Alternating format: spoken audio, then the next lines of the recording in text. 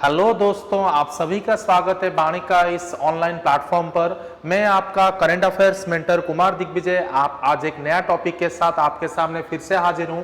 आप लोग यहां पे देख सकते हो, हमारा आज का टॉपिक है contempt of court.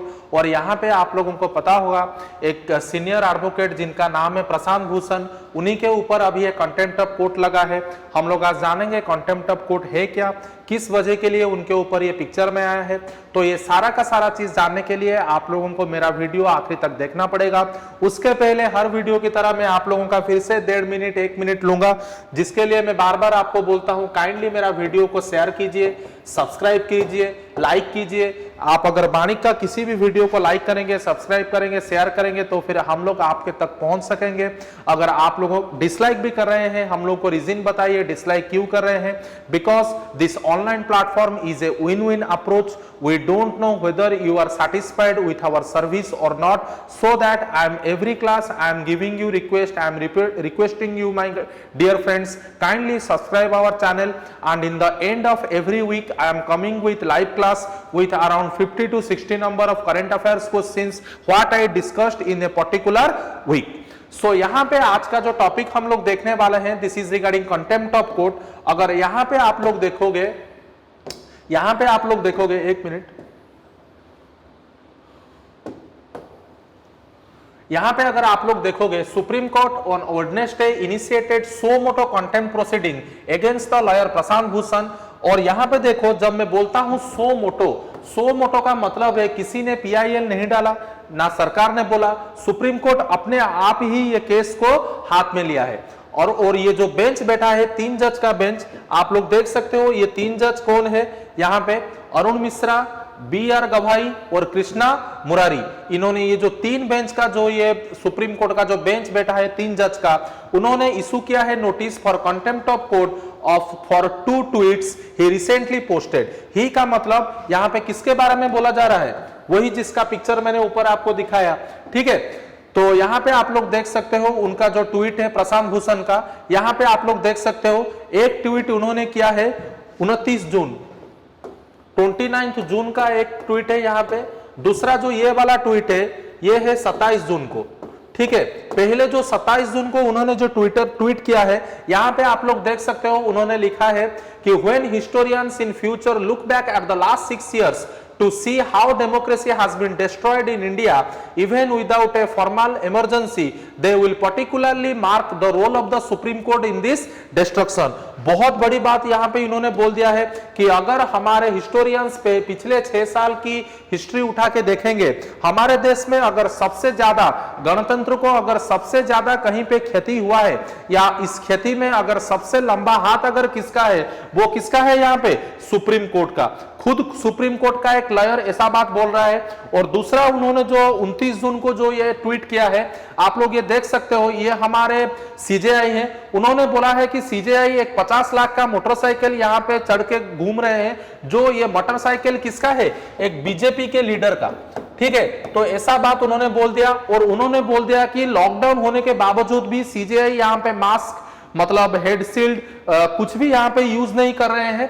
So such type of tweets are given by this particular lawyer Prashant Bhushan on 27th and 29th July, for which the suo motu case was taken by the Supreme Court and giving him the issue of contempt of court, ठीक है। तो यहाँ पे आप लोग देख सकते हो the Supreme Court on Wednesday suo motu contempt of court का जो लिया है, वो चीज मैंने आप लोग को बोल चुका हूं। अरुण मिश्रा, BR गवाही, कृष्णा मुरारी, ये जो 3 बेंच का जो 3 जजेस का जो बेंच है, ये 3 जज उन्हीं का नाम है। वी आर प्राइमी फेसिया के मतलब जो जरूरी रिसोर्सेस से of the view that the aforesaid statement on Twitter have brought the administration of justice in disrupt and are capable of undermining the dignity and authority of the institution of Supreme Court। जाहिर सी बात है, अगर कोई supreme court के against में बोलेगा, वो उसका प्रेस्टीज, उसका रेपुटेशन को क्या कर रहा है? नीचे ले रहा है, ठीक है। तो this case is schedule for hearing on 5 अगस्त। आज देखो 3 अगस्त है, मैं जब ये वीडियो कर रहा हूं, 5 अगस्त को इसका हियरिंग निकलेगा। तो हमें वेट करना पड़ेगा कि ये हियरिंग कैसा आएगा। अभी हम लोग देखेंगे कि what is contempt of court. तो कंटेम्प्ट ऑफ कोर्ट है क्या? Any conduct that tends to bring that tends to bring the authority and administration of law into disrespect and disregard is considered to be contempt of court। कोई भी supreme court हो या high court हो, किसी भी court का अगर कोई भी डिसीजन, मैं यहां पे बार बार बोल रहा हूं, either supreme Court and high courts, subordinate court का कोई भी कॉन्टेम्प्ट ऑफ कोर्ट का साथ कुछ भी रिलेशन नहीं है। हाई कोर्ट्स या सुप्रीम कोर्ट का अगर किसी भी ऑर्डर को अगर कोई ना माने, उसी को बोला जाता है कॉन्टेम्प्ट ऑफ कोर्ट। और कॉन्टेम्प्ट ऑफ कोर्ट का अगर हिस्ट्री हम लोग देखें, यहाँ पे मैं आप लोगों को कॉन्टेम्प्ट ऑफ कोर्ट का एक हिस्ट्री दिखाना चाहता हूं। यहां पे आप लोग देख सकते हो, एक मिनट,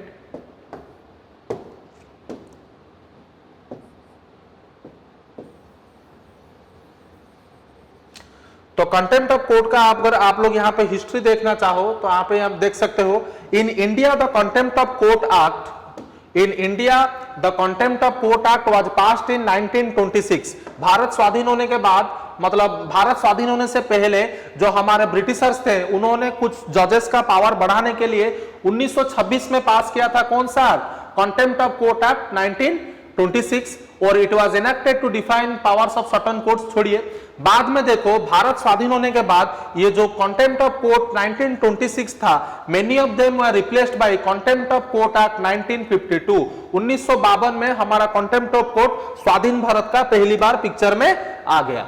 ठीक है, तो अभी हम लोग देखेंगे इंडिया में 1952 में वो आने के बाद उसका पिक्चर कैसे चेंजेस हुआ। यहां पे आप लोग देख सकते हो, to define and limit the power of certain courts in punishing contempt of courts and to regulate their procedure, ये बात हमने देखा। ठीक है, तो यहाँ पे क्या हुआ, जो 1952 में जो ये contempt of court act picture में आया था, पार्लियामेंट के द्वारा जो पास किया गया, उसके बाद 1963 में कमिटी बनाया गया। ठीक है, 1961 में कमिटी बनाया गया। उन लोगों को पूछा गया कि आप लोग इन्वेस्टिगेट करके दो कंटेम्प्ट ऑफ कोर्ट का क्या क्या प्रोविजन रहना चाहिए, कैसे होना चाहिए, और ये लोग रिपोर्ट प्रस्तुत करके दिए। कब? 1963 में। कमिटी बनाया गया 1961 में, उन्होंने रिपोर्ट दिया कब? 1963 में। ठीक है, उसके बाद हम लोग देखेंगे कि 1963 में उन्होंने रिपोर्ट देने के बाद उस रिपोर्ट को joint select committee of parliament, आप लोगों को पता होगा पार्लियामेंट में हमारा जॉइंट कमेटी होता है, ठीक है, और सिलेक्ट कमेटी भी होता है, तो वहां पे उसको भेज दिया गया और finally the contempt of court bill 1966 में प्रिपेयर किया गया। ठीक है, जिसको फाइनली पास कर दिया गया कब? 1971 में। इसीलिए आप लोगों को पता होगा हमारा जो अभी पार्लियामेंट का जो एक्ट है कंटेम्प्ट ऑफ कोर्ट का, वो कब पास हुआ था? 1971। ठीक है, तो अभी हम लोग देखेंगे कंटेम्प्ट ऑफ कोर्ट में कैसा क्या सब प्रोविजन रखा गया है। देखो, the contempt of court act 1971 में उसका कुछ डेफिनेशन नहीं दिया गया है, पर उसका जो सेक्शन 2A है, यहां पे आप लोग देख सकते हो, कंटेम्प्ट ऑफ कोर्ट एक्ट 1971 का जो सेक्शन 2A है, वहां पे उसने कंटेम्प्ट ऑफ कोर्ट को दो साइड में डिवाइड किया है। एक है सिविल कंटेम्प्ट, दूसरा है क्रिमिनल कंटेम्प्ट। सिविल कंटेम्प्ट कितना सेक्शन में है? 2B, और क्रिमिनल कंटेम्प्ट कितना सेक्शन में है? 2C। अभी हम लोग देखेंगे एक एक करके कि ये 2B और 2C एग्जैक्टली है क्या। अगर आप लोग देखोगे जो सेक्शन 2B में सिविल कंटेम्प्ट को रखा गया है, उसका मतलब एरिया बहुत ही नैरो है।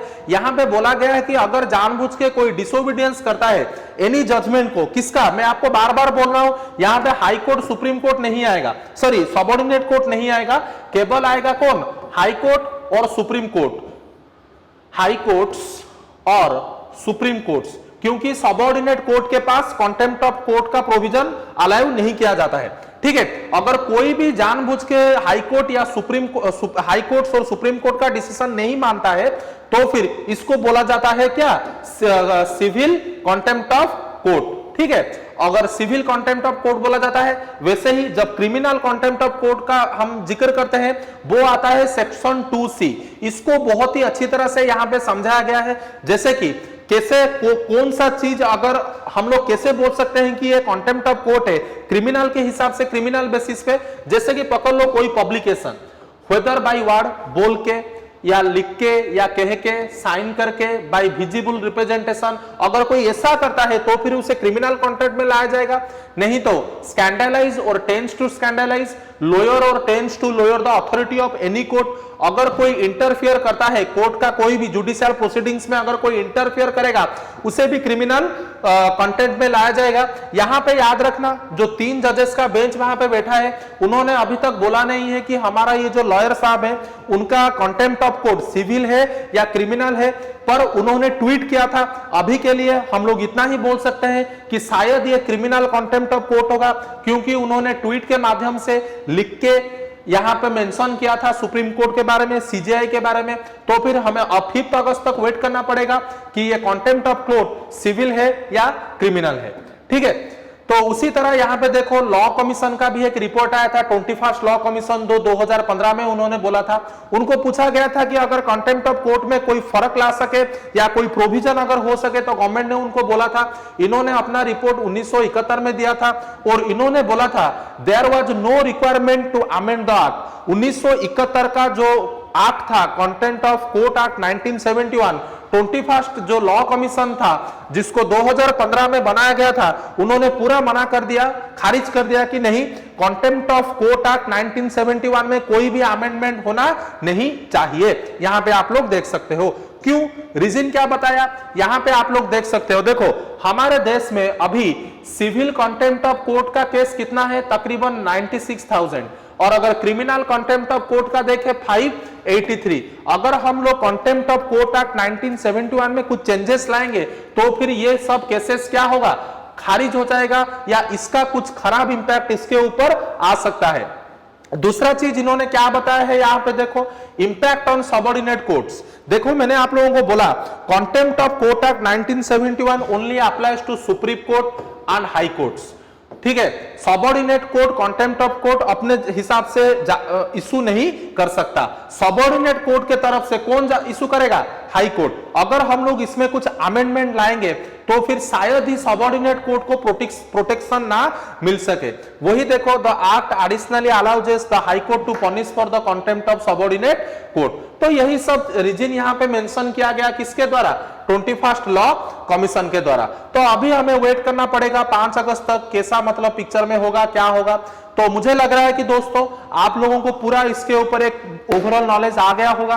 तो मैं आशा रखता हूं आप लोग इस वीडियो को लाइक करोगे, सब्सक्राइब करोगे, शेयर करोगे, और मेरा इस हफ्ते का जो लास्ट सैटरडे है उसमें मेरा लाइव क्लास आएगा। क्वेश्चंस को लेके 30-40 क्वेश्चंस होगा इसी हफ्ते का, जो 27 जुलाई से लेके 1 अगस्त तक जितना भी इंपॉर्टेंट करंट अफेयर्स हुआ है उसी के ऊपर मैं क्वेश्चन लाऊंगा। Up to then, bye bye, be happy, be healthy, take care, thank you. Get Varnic updated video. Like, share, and subscribe. Thank you.